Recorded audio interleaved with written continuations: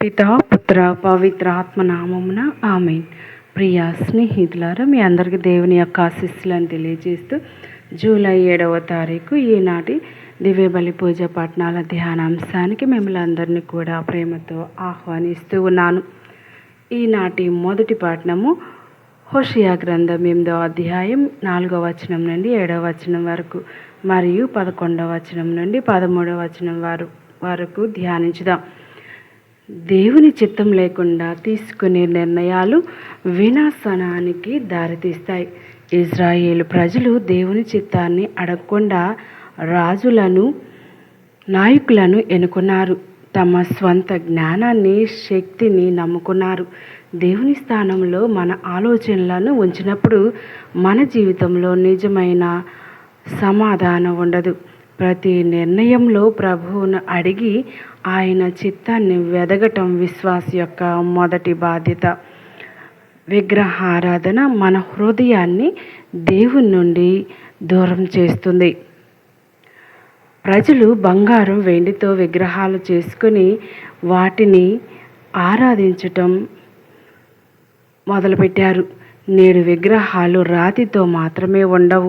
ధనం, పదవి, పేరు, స్వార్థం కూడా మన హృదయాల్లో విగ్రహాలుగా మారవచ్చు. దేవునికి చెందాల్సిన ప్రేమను ఇతర విషయాలకి ఇస్తే ఆత్మీయ జీవితం బలహీనపడుతుంది. మన హృదయ సింహాసనంపై ప్రభు అయిన యేసుక్రీస్తు మాత్రమే ఉండాలి. గాలిని విత్తిన వారు సుడిగాలిని కోస్తారు అనే మాట ఆధ్యాత్మిక సత్యాన్ని తెలియజేస్తుంది. మనం చేసే ప్రతి పని ఒక విత్తనం వంటిది. దేవునికి అవిధేయత,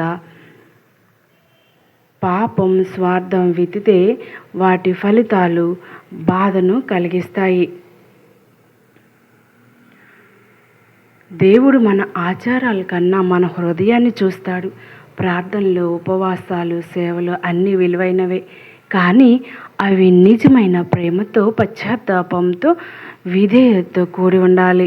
అప్పుడే మన ఆరాధన దేవునికి ప్రీతికరమవుతుంది.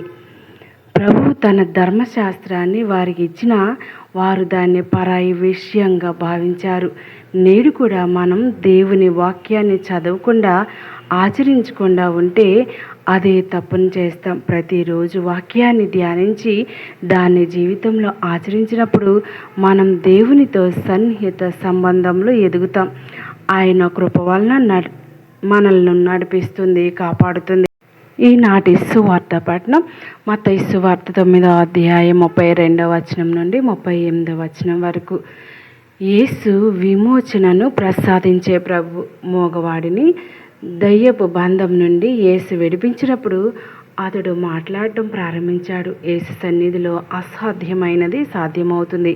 మన జీవితాల్లో కూడా భయం, నిరాశ, పాపం, బలహీనత వంటి బంధాలు ఉన్నప్పుడు వాటిని విరిచివేసి నిజమైన స్వేచ్ఛను ప్రసాదించగలవాడు యేసు మాత్రమే. ఆయన శక్తి ఈరోజు మారలేదు. అద్భుతాన్ని చూసిన జనసమూహం దేవుణ్ణి మహిమపరిచారు. కానీ పరిసయ్యులు యేసు కార్యాన్ని తప్పుగా అర్థం చేసుకుని ఆయనను నిందించారు. ఒకే సంఘటన చూసిన హృదయ స్థితిని బట్టి స్పందన మారుతుంది. విశ్వాసం హృదయం దేవుని మహిమను చూస్తుంది. గర్వ హృదయం విమర్శనే చూస్తుంది. మన హృదయం ఎల్లప్పుడూ వినయంతో ప్రభువును గుర్తించేలా ఉండాలి. యేసు ప్రతి పట్టణం, ప్రతి గ్రామం తిరుగుతూ బోధించాడు, సువార్త ప్రకటించాడు, ప్రతి రోగాన్ని స్వస్థపరిచాడు. ఆయన ఎవరిని చిన్నచూపు చూడలేదు. సమాజం మరిచిపోయిన వారిని కూడా ప్రేమతో చేరుకున్నాడు. క్రీస్తును అనుసరించే మనము ప్రేమ, దయ, సేవతో ప్రతి ఒక్కరిని చేరుకోవడానికి సిద్ధంగా ఉండాలి. ప్రజలను చూసినప్పుడు యేసుకు జాలి కలిగింది. వారు కాపరి లేని గొర్రెల వలె అలసిపోయి చెదిరిపోయి ఉన్న వారిని ఆయన చూశాడు. ఇతరుల బాధను చూసి మన హృదయం కదులుతుందా? క్రీస్తు హృదయాన్ని పొందిన వారు తీర్పు చెప్పరు, ప్రేమతో ఆదరిస్తారు, ప్రార్థిస్తారు, సహాయం చేస్తారు. ఇదే నిజమైన శిష్యత్వం. యేసు పంట విస్తారంగా ఉంది, పనివారు కొద్దిమంది అని చెప్పారు. ప్రపంచంలో ఎన్నో హృదయాలు దేవుని ప్రేమ కోసం ఎదురు చూస్తూ ఉన్నాయి. సువార్తను ప్రకటించడం కేవలం కొందరి బాధ్యత కాదు, ప్రతి విశ్వాసి పిలుపు. మన కుటుంబం, ఉద్యోగం, పరిసరాలు కూడా దేవుడు ఇచ్చిన పంట పొలాలే. యేసు ముందుగా పనివారిని పంపమని పంట యజమాని ప్రార్థించమని చెప్పారు. గొప్ప సేవకులు మూలం ప్రార్థనే. దేవుని చిత్తానికి లోబడిన ప్రార్థన ద్వారా ఆయన కొత్త సేవకులను లేపుతాడు. మనం కూడా సంఘం కోసం, యాజకుల కోసం, మిషనరీల కోసం, యువత కోసం నిరంతరం ప్రార్థించాలి. పనివారిని పంపుము అని ప్రార్థించడమే కాకుండా ప్రభువా నన్ను పంపు అని చెప్పే సిద్ధతలో మనం ఉండాలి. దేవుడు మన మాటల ద్వారా, మన జీవిత సాక్ష్యం ద్వారా, మన ప్రేమ ద్వారా అనేక మందిని తన వైపు నడిపించగలడు.